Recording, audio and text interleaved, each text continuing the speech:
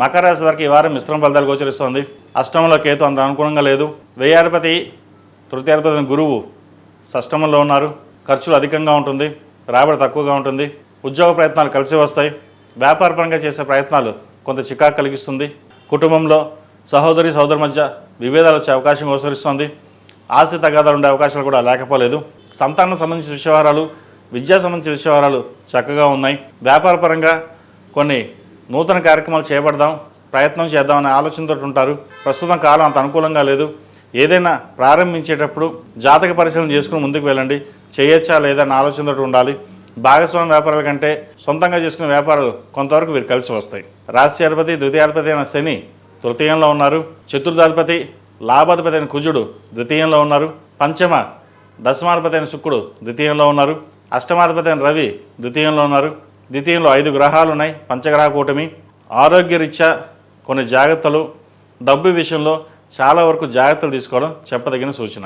ఈ రాశిలో జన్మించిన విద్యార్థులకు కాలం చక్కగా ఉంది. పరీక్షా సమయం, ఎటువంటి ఇబ్బంది లేదు. మీరు చేసే ప్రయత్నాలు ఏవైతే ఉన్నాయో సఫలీకృతం అవుతుంది. ప్రతిరోజు దక్షిణామూర్తి స్తోత్రాన్ని పఠించడం చెప్పదగినది. అదేవిధంగా విదేశాలకు వెళ్ళాలి చదువుకోనుకునే వారికి ప్రయత్నం తప్పకుండా చేయొచ్చు. వివాహ సంబంధించిన విషయవహారాలు కాలం అనుకూలంగా ఉంది. వివాహ ప్రయత్నాలు కలిసి వస్తాయి. అయితే ఒక సంబంధం చేతి దాకా వచ్చి చేజారిపోతుంది. ఇంకా మనకు వివాహం కాదేమో, ఇంకా మనం పెళ్లి చేసుకోదేమో అనే ఆలోచన ఎక్కువగా ఉంటుంది. అవన్నీ పక్కన పెట్టి ఏదైనా దైవానుగ్రహం ఎందుకు జరిగింది, ఇది మన మంచికేనా అనుకుని వివాహ ప్రయత్నాలు ప్రారంభించండి. మంచి సంబంధం కుదిరే అవకాశం ఈ వారం గోచరిస్తోంది.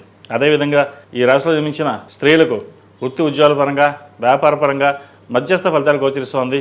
గడిచిన వారం కంటే కూడా ఈ వారం కొంతవరకు బాగుందని చెప్పవచ్చు. ఏదైనా కష్టే ఫలి అన్నారు పెద్దలు. కష్టం తగిన ప్రతిఫలం మటుకి ఈ వారం తప్పకుండా లభిస్తుంది. అదేవిధంగా భూ సంబంధించిన వ్యవహారాలు, కాంట్రాక్ట్ ఫీల్డ్లో ఉన్న వారికి, రియల్ ఎస్టేట్ రంగంలో ఉన్న వారికి అంత అనుకూలంగా లేదు. సాఫ్ట్వేర్ రంగం వారికి అంత అనుకూలంగా లేదు. కళారంగాల వారికి, రాజకీయ రంగంలో ఉన్న వారికి వీరికి కొంతవరకు అనుకూలంగా ఉందని చెప్పచ్చు. వైద్యులతో ఉన్న వారికి, లాయర్, డిపార్ట్మెంట్, పోలీస్ శాఖలో ఉన్న వారికి వీరికి అనుకూలంగా ఉంది.